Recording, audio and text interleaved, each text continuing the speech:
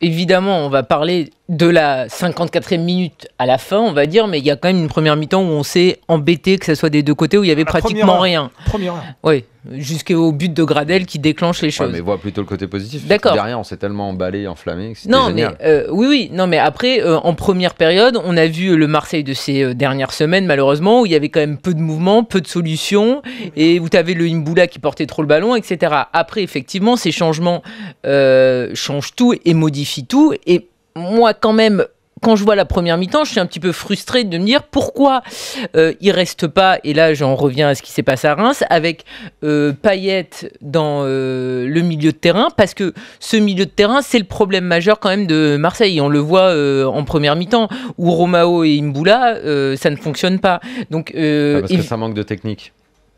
Parce que Imboula n'est pas aidé.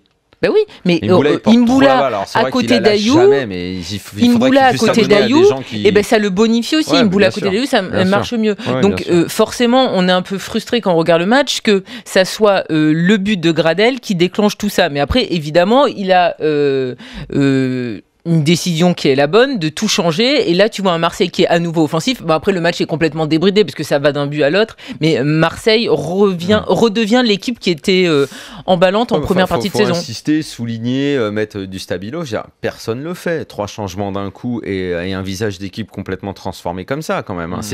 C'est pas anodin, hein.